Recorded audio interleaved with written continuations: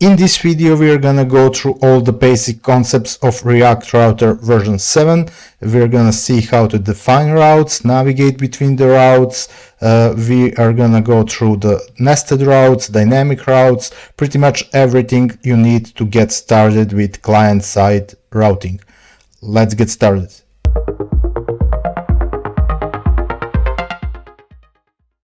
Hi guys, welcome back to the channel. Let's get started with React Router version 7. As you can see here, now you can use React Router as a framework and also as a library.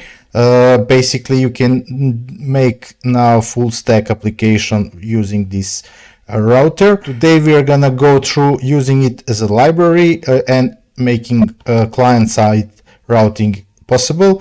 So let's get started with the installation process. As you can see, you create your React application, and here is the line to install React Router. I'm gonna copy this line and we're gonna jump into our project to install React Router. Okay, to demonstrate React Router, we are going to use this project I did a while ago. It was used to demonstrate async form actions. In case you missed it, you're going to see a link somewhere up here. Okay, so check out that video. Okay, here's our home page. And now here inside this project, I will paste my installation of React Router, and then I will start installing React Router. Okay, now my router is installed. Let me check in my package.json. As you can see, I have React and React DOM version 19, and I have React Router version 7. It used to be called React Router DOM up until this version, but it's now only React Router. Okay, now I'm gonna start my server again, hit npm run dev, and again I will start my developer server. I will close this, and again I will open my app. Okay, we will minimize this and let's get started working on our routes. Now you don't have to do that, but it's considered a good practice to create inside my source folder a new folder called pages, because I will inside this folder I will store all of our pages we are gonna go. Now let's start and let's create our first route.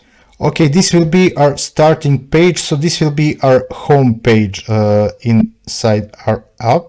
So here inside the pages, I will create a component called Home.jsx. Okay, inside my home page, I will copy all of the content that was in my app.jsx.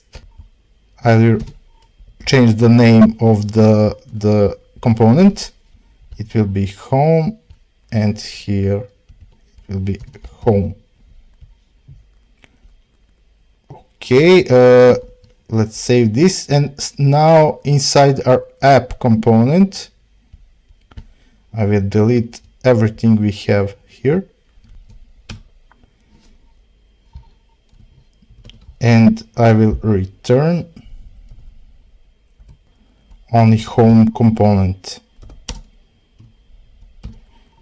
which of course must be imported, and I can get rid of this import as well. Okay, we messed something up. Let me see.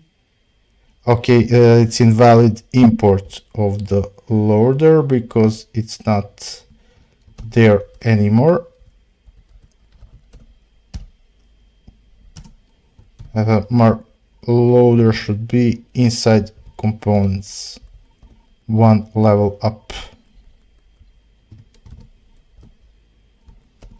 Okay, now everything is fine. Let me test if my app is still working. It is still working. Nice. So we basically outsourced everything inside the home component. Okay, let's define our routes. Here inside my app.jsx, and I've seen some people do that inside main.jsx. I guess you can do it both ways. I will define my routes inside my app.jsx. Here we need to import something from a React router, the package we installed. First we need a browser router, then we need routes, and finally we need route. Okay, so we imported these three things. Okay, now instead of returning the home, I will return browser router. This is the top level component, and all of our routes must be nested inside this component, and inside this component we will have our routes, and every route should be inside the routes component. And finally, inside our routes component we can define our first route. Here in fact I will remove that and make this a self-closing tag, and now I need to define our home page as our first route. To this route component I need to pass two props, very important props. One is path and the other is element. Okay, for our path, our home page should be just only slash, so localhost 5173 or whatever domain name / nothing. That's our home page, and the element we are gonna render in that case will be of course our home component we just made. Okay, I need a slash. Okay, let's save that. And as you can see, nothing has changed. Still, this is my home page, so it's / nothing. Awesome. Right now, let's define our second route. I will copy this down, and let's say we want to have, for example, on this website, about page. This is a very common on websites, so we will define a page / about, and for that, inside our pages we will create about.jsx component, and I will create quickly functional component with saying only about. Okay, let me go back to our app.jsx, and here I will render for /about. I will render about component which must be imported.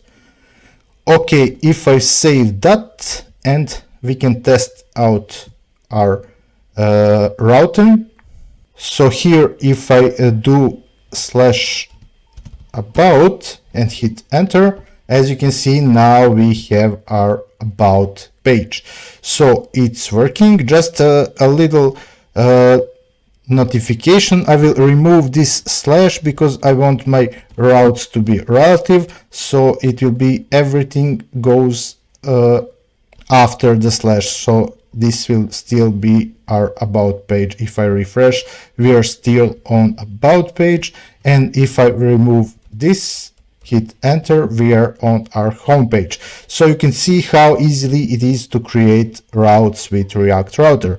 Okay, nice. Now let's see how can we create nested routes. So for example, I want on our about page, for example, I want to have our team page, for example, and my path should be /about /our team. Okay, so let's see how can we define that route. First, let's define another page here, and it will be our team.jsx, and just simply again I will create a functional component, nothing more about that. Okay, now let's define our first nested route. Now for that, I will make some changes here. Instead of self-closing tag, this time my route should be should have also a closing tag, and here my path should be about, but I will remove my element here, and then I will define two new routes. Okay. As my first route, the path should be /nothing. So this page will be rendered for localhost 5000/about. Okay, and in this case, I want my element to be, of course, about page, as we had previously.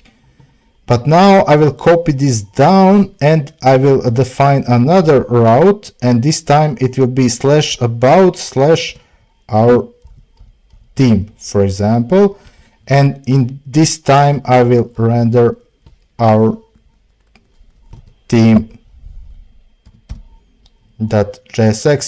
which of course must be imported. Okay, let's save all of that and test our new nested route. So if I go to /about, here I have about page, but now if I go to /about/our team, here is our team page. And let me make this a little bigger to see the whole route. Okay, so now we are at /about/our team, which is our nested route. And if I go to only /about, we are on about page, we are at this route. And just to show you, instead of /nothing, or like here, we can do, say, index, and it will be the same result. So as you can see, now we are at /about. Let me refresh. We are still at /about. Okay, nice. Now let's see how can we navigate between the routes. Of course, our users should not type here manually. Instead, we should have some links to navigate between the pages. Okay, so now that's our next task. Now, it would be nice to have some navigation here at the top of my page, so it will stay the same on every route, so I can switch between the routes easily. And for that, I'm gonna create a nav component, and this time it will not be in my pages because it's a, in fact, component. I will say nav.jsx. Okay, we create a functional component. We can get rid of this old React import. In fact, you had to do that in the past in order to use React. Okay, so here I have my nav component, and here I will return, in fact, a nav tag, and I will have unordered list with li. And here I should have my first link. Let's define our anchor tag. For now, we will see a better way to do that. Bear with me. So for now, this will be /nothing, and here I will say our home page, and then I will have another link for our about page. So I will say /about, and here I will say about. Okay, let's save all of that, and now let's import that inside our app.jsx. But I want to be available on all routes, so I will define it here.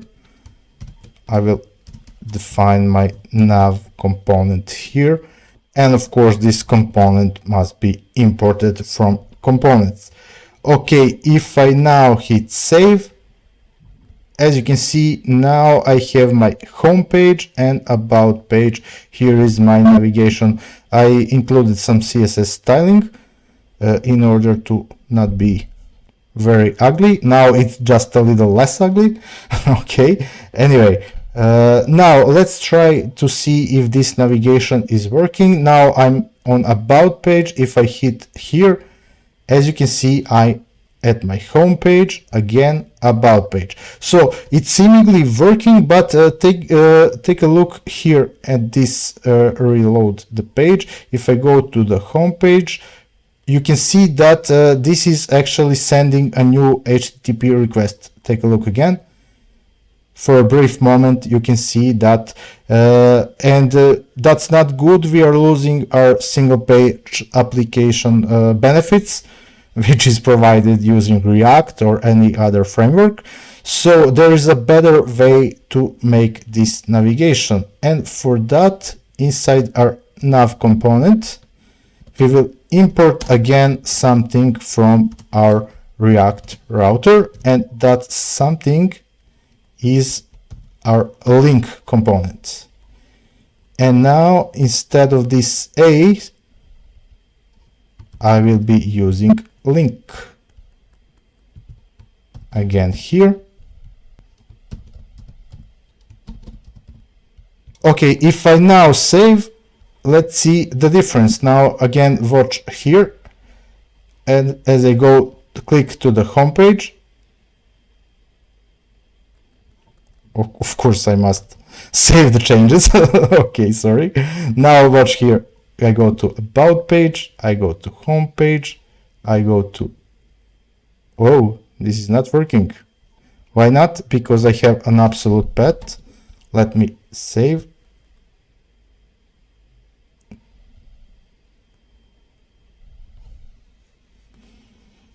What have I messed up? Let me check.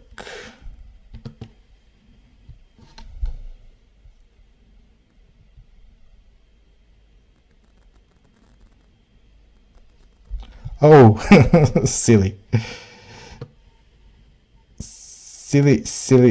mistake by my side. When using a link for navigation, instead of ref, we need to have to. Okay, so that was a silly mistake. Now I have my to prop attribute to my link component. Now watch our navigation. As you can see, now everything is working. Now I'm at /about, now I'm at /home, and I don't send new HTTP request. I stay on this single page. Okay, now, but it would be nice, of course, to have some indicator to see which page I'm at. For example, when I'm on about page, this link should be something different highlighted compared to this. Let's see how to do that. Okay, but I decided to show you that in a second part of this video. So we will see how to use a nav link, how to define not found page, and we will work with dynamic links. So stay tuned. Second part is coming up soon. So I want to thank you for watching today's video. Please do subscribe to the channel and hit the like button. It means a lot. Thank you and have a nice day. Bye bye.